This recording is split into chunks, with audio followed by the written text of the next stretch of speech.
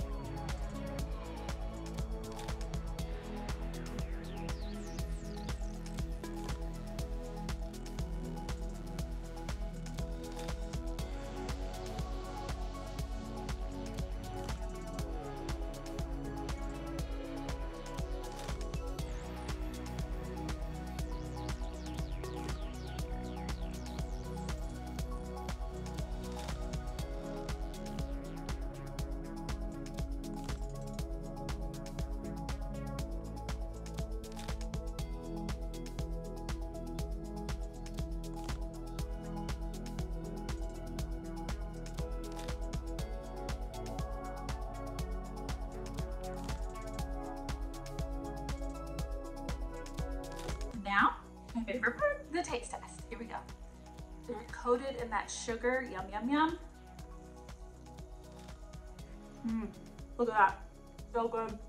So those are definitely 2 thumbs up for me. Not only do they taste good, but it's an easy take on baking because you're using Pillsbury Crescent rolls.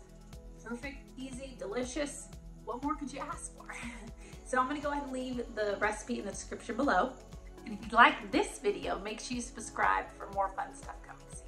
Thanks for watching. See ya!